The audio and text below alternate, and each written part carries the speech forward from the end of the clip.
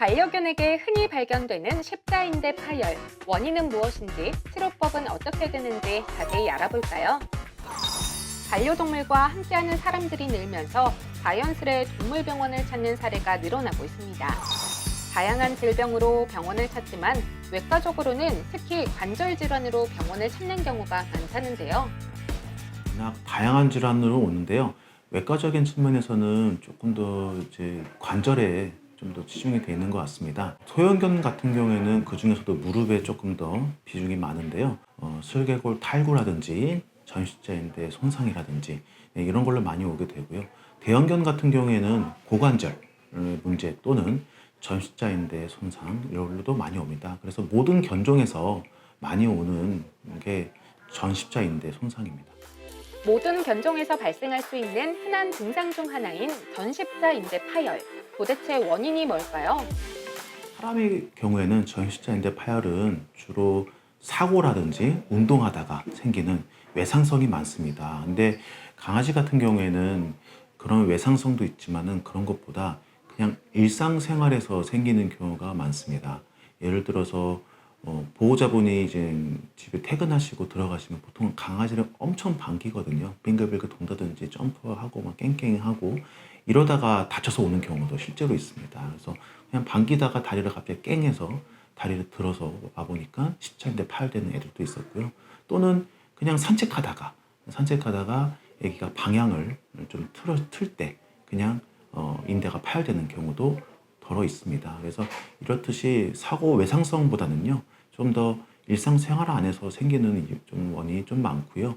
그리고 그 중에서도 잘 발생하는 애들이 체중 관리가 잘 안 된 애들, 즉 비만인 애들이 많이 생기는 편입니다. 그래서 비만 관리도 매우 중요한 요소가 될 것 같습니다. 이러한 십자인대 파열을 방치하면 보행이 힘들어질 수 있어 올바른 치료 방법이 필요합니다.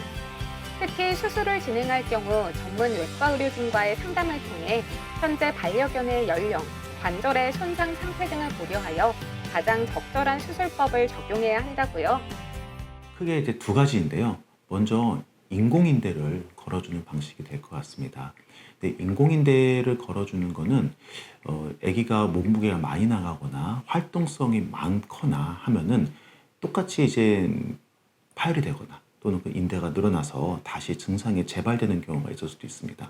두 번째 수술은요, 이제 절골술입니다. 절골이라는 것은 뼈를 자른다는 겁니다. 그래서 뼈를 잘라서 다시 붙이는 수술인데요. 이거를 TPLO라고 하는 수술입니다.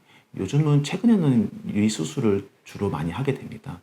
근데 그 이유 중에 하나가 뼈의 각도의 문제 때문에 생기는 이제 문제다 보니까 그 문제되는 각도를 없애주는 수술을 하게 됩니다. 그래서 각도를 미리 계산해두고 그리고 뼈를 이제 자른 다음에 그 미리 계산해둔 그 각도를 다시 돌려서 뼈를 붙이는 그런 수술을 하게 되는데요. 그렇게 되면은 수술은 좀 난이도가 높은 수술이긴 하지만은 인공인대를 걸었을 때보다는 재발이 거의 없습니다.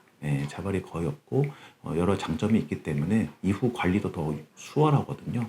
그래서 요즘은 TPLO라고 하는 절골술을 많이 하게 됩니다. 보통 소형견은 한 2, 3개월 정도, 대형견 같은 경우는 한 4, 5개월 정도는 좀 안정 취하고 좀 이제 천천히 이제 다리를 쓰게끔 해야 되고요.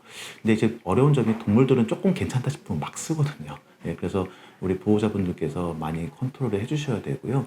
아예 그러면 2, 3개월 동안 아무것도 안 하느냐? 그건 아닙니다. 일상생활은 가능은 한데 뛰거나 막 점프하거나 이런 것을 하지 않았으면 좋겠고, 애기들이 이제 적정한 시기가 되면은 이제 적절한 운동을 가볍게 하면서 다리 근육이 너무 빠지지 않게 하면서 관리를 하게 됩니다.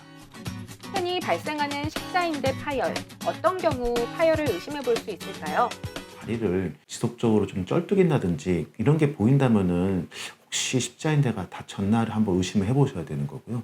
두 번째로 싯 테스트라 해서 아기를 앉혀보는 겁니다. 앉았을 때 다리를 고관절과 무릎 관절이 완전히 이렇게 붙어서 앉으면은 그 다리는 문제가 없는 건데요. 발목 관절과 고관절이 벌어져서 앉으면서 다리를 바깥으로 뺀 채로 앉으면은 일단은 의심을 해보실 수 있습니다. 그래서 이렇게 앉으면서 다리를 좀 쩔뚝인다? 이렇다면은 한번 좀 의심을 해볼 수도 있을 것 같습니다. 물론 수술 자체도 중요하지만 가장 좋은 것은 십자인대 파열을 예방하는 것이겠죠.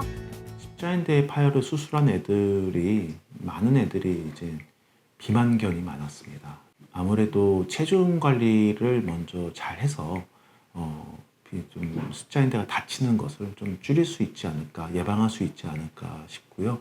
근데 이 비만이라는 게 관절뿐만 아니라 모든 파트에서 중요한 문제이기 때문에 항상 체중 관리를 조금 더 신경을 써주셨으면 좋겠고요.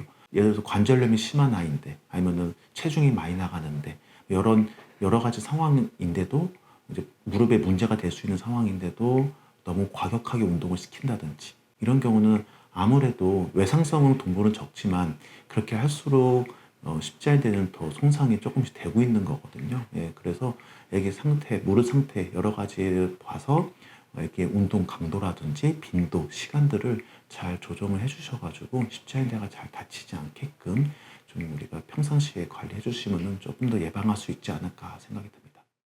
일상생활에서 쉽게 발생하는 반려견 십자인대 파열. 평소 비만, 운동 등의 관리를 통해 건강한 삶으로 이끌어주면 좋을 것 같습니다.